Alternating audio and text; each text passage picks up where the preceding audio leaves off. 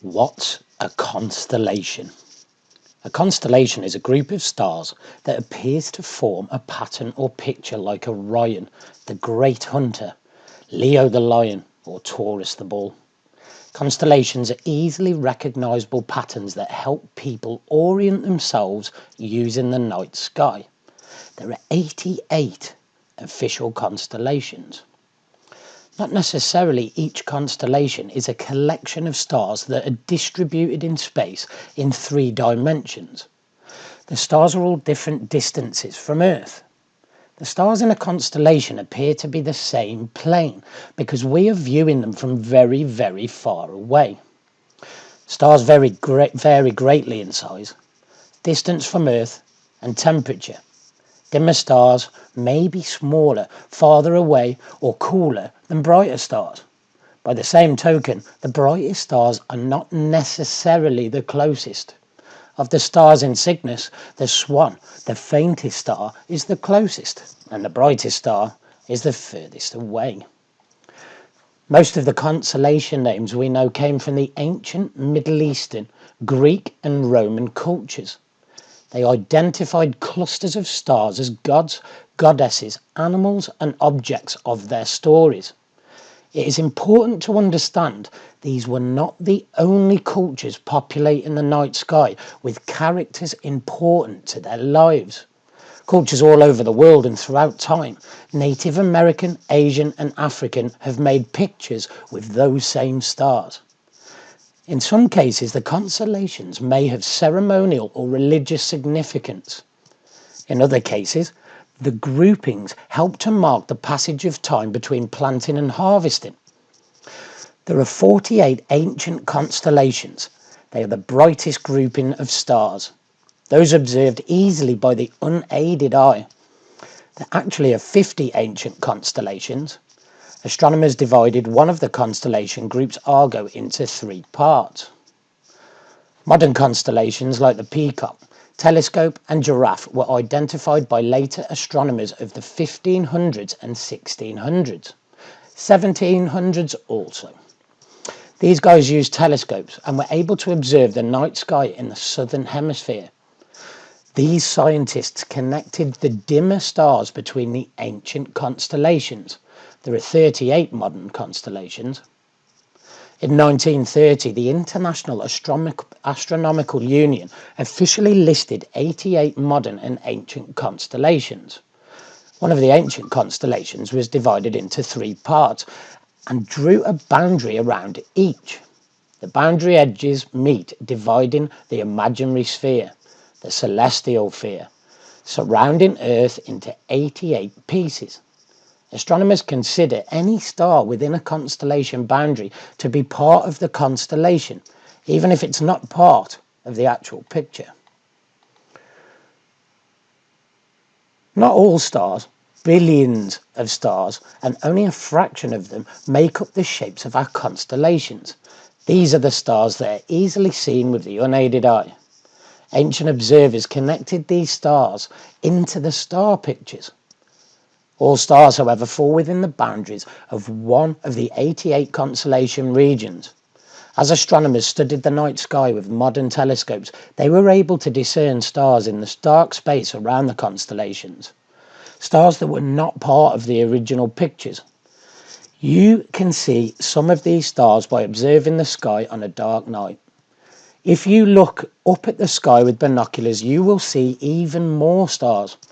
If you have a telescope, even more.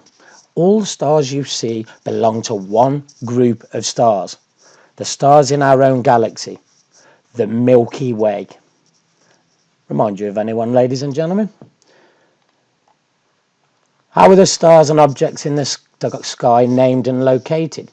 Hundreds of the brightest stars, those visible with the unaided eye, were given names in ancient times. These included Elatinin of Draco, the dragon, and Vega in Lyra, the Lyre. Many of these stars have multiple names, having been observed by multiple different cultures, ladies and gentlemen, of the ancient alternative view. Today's stars are named by their coordinates on the celestial sphere. This is an imaginary sphere surrounding the Earth. Earth's north and south poles can be extended in space to this sphere, marking the north and south celestial poles. The poles around which the sphere spins, Polaris, marks the intersection of the extended North Pole and sphere. Earth's equator extended into space intersects the sphere and the celestial equator, dividing it into northern and southern hemispheres.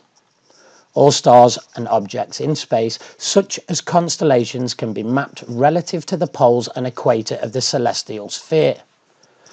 Their position north or south of the celestial equator, essentially their latitude, is called the declination. Their position east or west essentially is their longitude, or rate of ascension, measured in hours, minutes and seconds on Earth. We measure our longitude east or west from Greenwich, England. Right ascension on the celestial sphere is measured from the intersection of the ecliptic, planet of Earth's orbit and celestial equator. There are numerous catalogues of stars, each with a different scheme for annotating positions. This means that each star has even more names. One of the most famous catalogues from the 1800s, the Bond Survey, divides the sky into 1-point wide bands of declination and numbers to the stars from the west to the east using right ascension.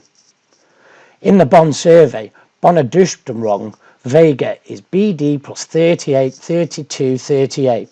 The 3,238th star in the band integrated 10 catalogues to include the positions of over 250,000 stars. Vega is SAO 067174 in this catalogue.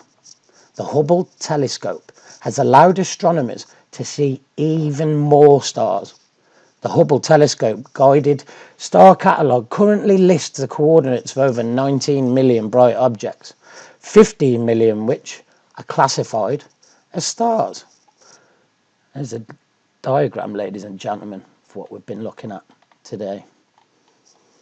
These stars are distant objects. Their distances vary, but they all vary far away. Excluding our Sun, the nearest star, Proxima Centauri, is more than 4 light years away. As Earth spins on its axis, we as Earth-bound observers spin past the background of distant stars. As Earth spins, the star appears to move across the night sky from east to west, for the same reason that our Sun appears to rise in the east and set in the west. Stars close to the celestial poles, the imaginary points where Earth's north and south axes points in space, have a very small circle of spin. So if you find Polaris, Earth's north pole star, you will observe it move very, very little in the night sky. The farther from Polaris, the wider the circle of the star's trace. Stars that make a full circle around the celestial pole, like those in the Big and Little Dippers in the northern hemisphere, are called circumpolar stars. They stay in the night sky and do not set. At the equator, there are no circumpolar stars because the celestial poles are located at the horizon. All stars observed at the equator rise in the east and set in the west. Why do we see different constellations during the year? If observed through the year, the constellations shift gradually to the west. This is caused by Earth's orbit around the Sun. In the summer, viewers are looking in different directions in space. At night, they are during the winter. What is a zodiac, ladies and gentlemen? Earth orbits our Sun once a year. Viewed from Earth, our Sun appears to trace a circular path. This path defines a plane called the plane of ecliptic, or just the ecliptic. The zodiac is the group or belt of constellations that fall along the plane of the ecliptic. It is through the constellations that our Sun appears to pass. While there are 12 astrological constellations of the zodiac, there are 13 astronomical zodiac constellations: Capricornus, Aquarius, Pisces, Aries, Taurus, Gemini, Cancer, Leo, Virgo, Libra, Scorpio, Sagittarius and Ophiuchus. The annual cycle of the zodiac was used by ancient cultures to determine the time of the year. Now, take a look at these closely, ladies and gentlemen, of the ancient alternative view. We're going to come up against these again shortly.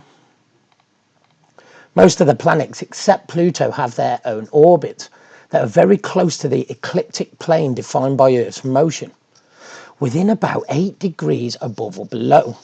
If you include all the constellations encompassed by this broadening definition of the ecliptic plane, you have 21 to 24 constellations of the zodiac.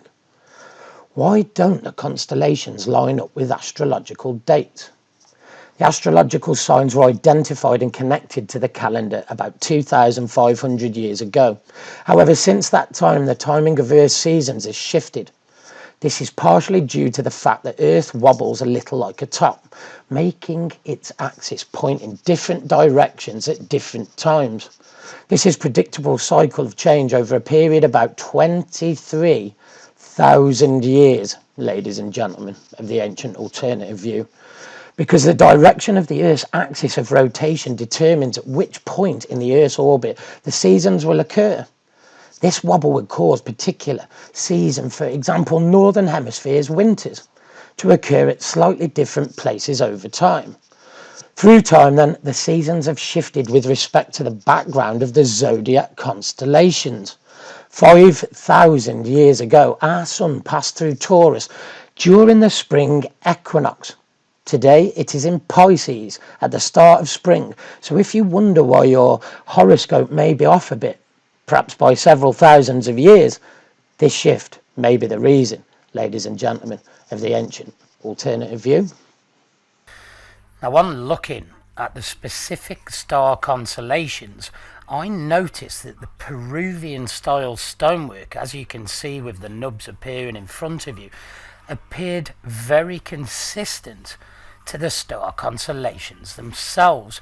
Now, I wondered whether there could be a possibility that this phenomenon may lead us to finding a connection around the world to the star constellations, ladies and gentlemen, of the ancient alternative view. We now travel around the world to China, to Yangshan, the middle monolith weighing 16.8 thousand tons. So they were obviously preserving this for a certain reason. Now, if we have a look at the megalith, as above is as below. If you look at this and mirror it to the stars, they are absolutely identical. 1, 2, 3, 4, 5. 1, 2, 3, 4, 5, with underneath identical to the constellation we are looking at, ladies and gentlemen, of the ancient alternative view. Now, with the size of the megaliths in China at Yangshan, these were not meant to be moved, not to my knowledge, because how would you lift these? 16,000 tons. So they were obviously meant to be preserved for a reason, ladies and gentlemen of the ancient alternative view. Now, was it for our star alignment? Let's see if we can find any other examples of this today.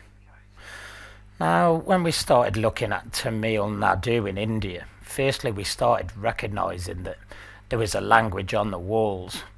Now, my friend KRIS at the Nub Language at Twitter made this comparison, and I think you can see that it directly compares to Pisces, one of our star constellations, ladies and gentlemen of the ancient alternative view.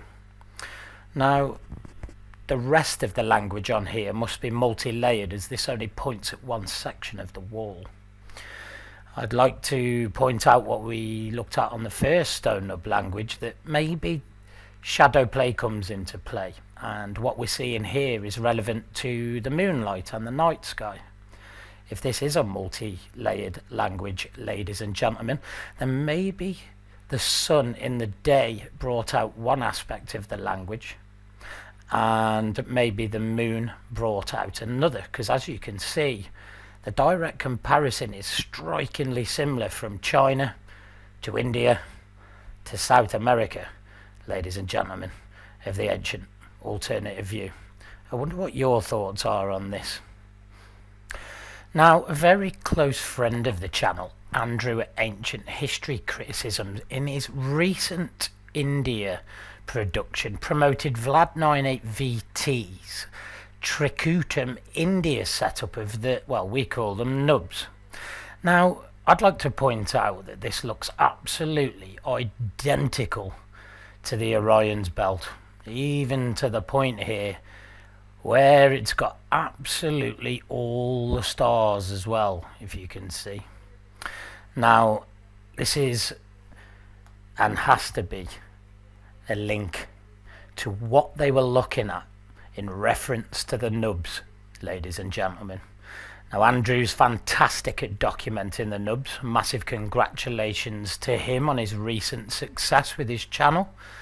Like all of you that don't know him, that enjoy the Stone Nub language, if you'd like to learn more about the nubs and their worldwide configurations and what they're all about, and I link them to a language. This man finds as many as anybody. He's part of our research team, which I'll get to towards the end of the video. But I think yourselves can see that this is pretty much identical, ladies and gentlemen. And we've seen some examples now all around the world. It's too close not to be something in it, ladies and gentlemen, of the ancient alternative view. Hello everyone. I'd like to introduce you to the research team. We spoke about Andrew at Ancient History Criticisms. Congratulations, mate, on your recent success. This is the video we were looking at today with Vlad 9VT. I do apologise, I'd said 98VT. It's my fault. Go across and see Vlad by all means. Well done, Andrew. Look forward to researching with you in the very near future. Then we've of course got Ziggy Dan. He's our YODA. Absolutely love him in the research team. Pleasure to have you with us, my mate. And I look forward to researching with you again soon. Also a big shout out to Jimmy over at Paleo Mountain Man. Some of the work he does is phenomenal. Absolutely love it. Get yourselves over there and go and watch Jimmy. Phenomenal man as well. Lovely guy.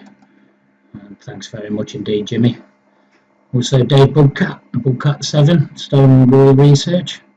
Fantastic man, but knows the hallmarks as well as all our team. Phenomenal guy. Can't wait to link up with him to do some podcasts and some work with my research team. Really looking forward to that. I want him on our team.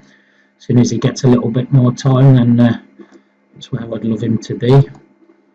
And Michael over at Light Up the Dark got a shout out off the Lost History channel when I got my 1,000 subs today. Thanks for all coming and watching from over at Michael's channel, and welcome to you all. Hope you enjoy what you see, and thanks ever so much, Michael, for all your hard work. Look forward to speaking to you again soon, mate. Excellent news. And Chuck over at CFAP7865 helped me out when I was first starting. And I'm a small channel now, but he gave me a shout out when I was very small, and I appreciate that. Absolutely fantastic researcher, lovely man as well. Always very engaging. Always help you out if you need any help. So get yourselves across and go and see his channel.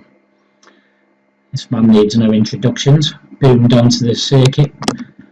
Been on Chartered X, fantastic. Love his research, love his opinions.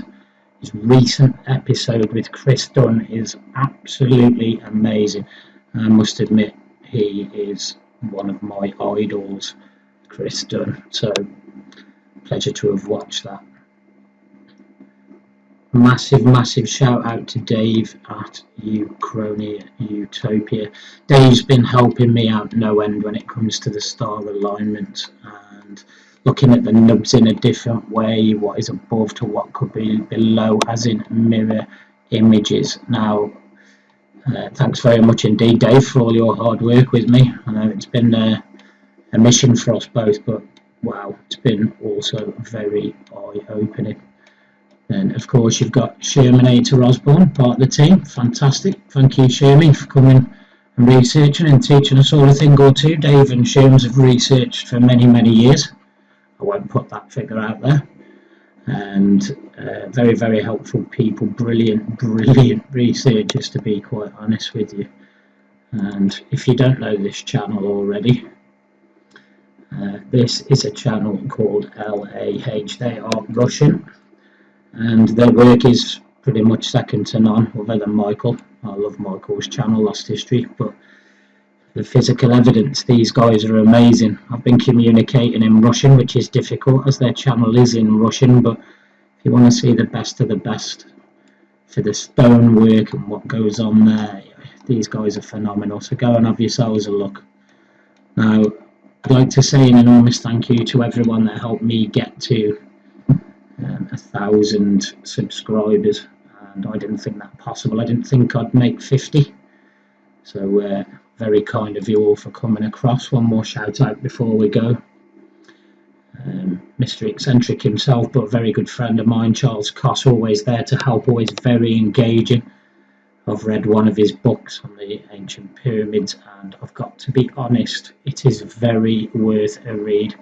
Fantastic book, The Origins of the Pyramids, and I will be getting Confessions of the Gods also. I'm going to be fair, excellent read. If there's anybody that I've missed out, I'm ever so sorry. I've tried to mention everybody today that I can, and thanks very much to you all.